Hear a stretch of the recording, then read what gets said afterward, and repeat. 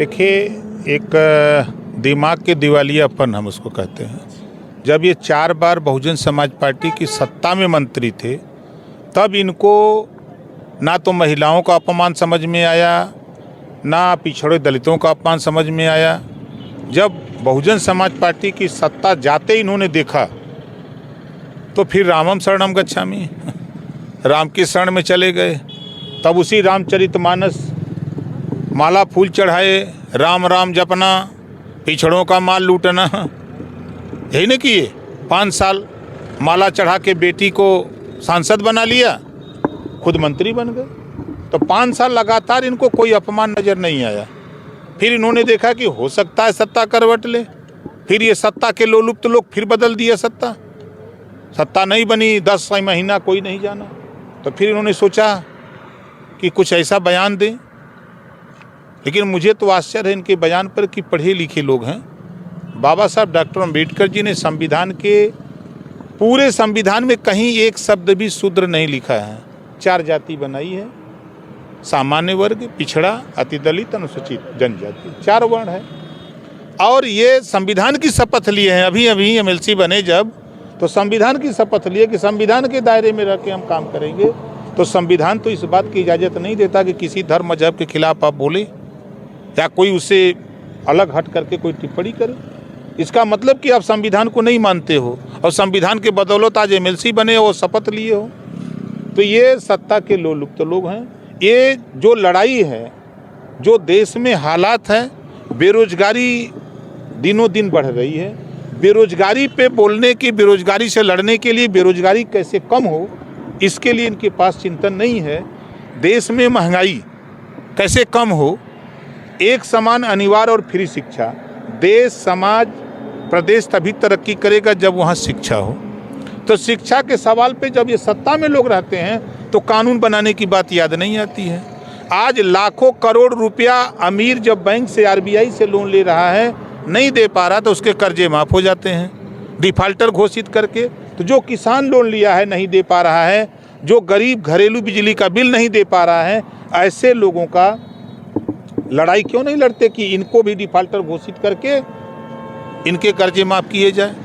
ये समाजवादी पार्टी सबको सूत्र मानती है। हम तो समाजवाद की परिभाषा पढ़े हैं। राम मनोहर लोहिया जी ने कहा है कि समाजवाद लाना है तो अपने नाम के आगे पीछे जाति हटा दो, यही ना समाजवाद है। और अखिलेश जी क्या हैं?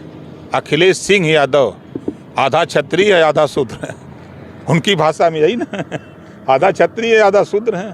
तो पहले तो वो तय करें कि शूद्र वाले गोल में है कि क्षत्रिय वाले गोल में है। इतना तो दोनों हैं।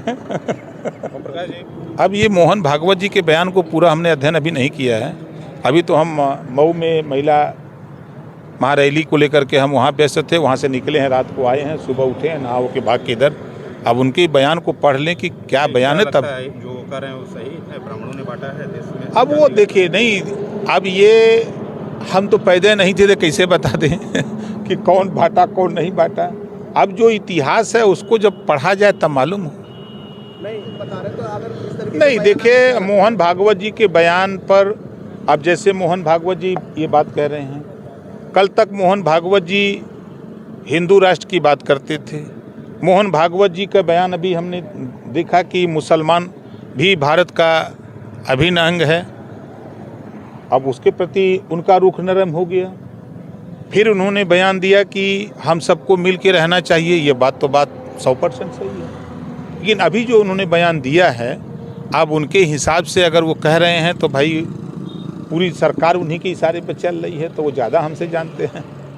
नहीं देखिए, हम तो आप लोगों के साथ 20 साल से बात कह रहे हैं ना कि जातिवार जनगणना हो। तो ये जब सत्ता में लोग रहते हैं तो क्यों नहीं कराते? सत्ता से बाहर होते हैं तभी बात याद आती है। आप अगर शायद याद होगा कि समाजवादी पार्टी की सरकार में ही प्रमोशन में आरक्षण खत्म हुआ था। प्रमोशन में आरक्षण खत्म किसने किया? समाजवादी पार्टी। 4 सितंबर 2013 को हाई कोर्ट ने आदेश दिया कि 12 जातियां 27% आरक्षण का लाभ ले रही हैं, शेष जातियां नहीं पा रही हैं। तो शेष जातियों को उत्तर प्रदेश सरकार बांट के दे। उस समय मुख्यमंत्री कौन था? अखिलेश यादव जी थे। इन्होंने वो भी काम नहीं किया। 14 सितंबर 2013 को हाई कोर्ट ने भी एक आदेश दिया कि जो पढ़ाई शिक्षा का उत्तर प्रदेश में 2 तरह की शिक्षा है, एक समान शिक्षा किया जाए, पाठ्यक्रम एक बराबर हो, सरकारी स्कूल हो चाहे प्राइवेट, एक पुस्तक एक किताब लागू हो, एक सिलेबस चले, उसको भी नहीं किया। तो ये जब सत्ता में लोग रहते हैं, जब पावर होता है करने कराने का, तब तो इनको याद नहीं आता है, और सत्ता से बाहर आने पर सारी चीज़ें याद आती हैं। स्वामी प्रसाद मौर्य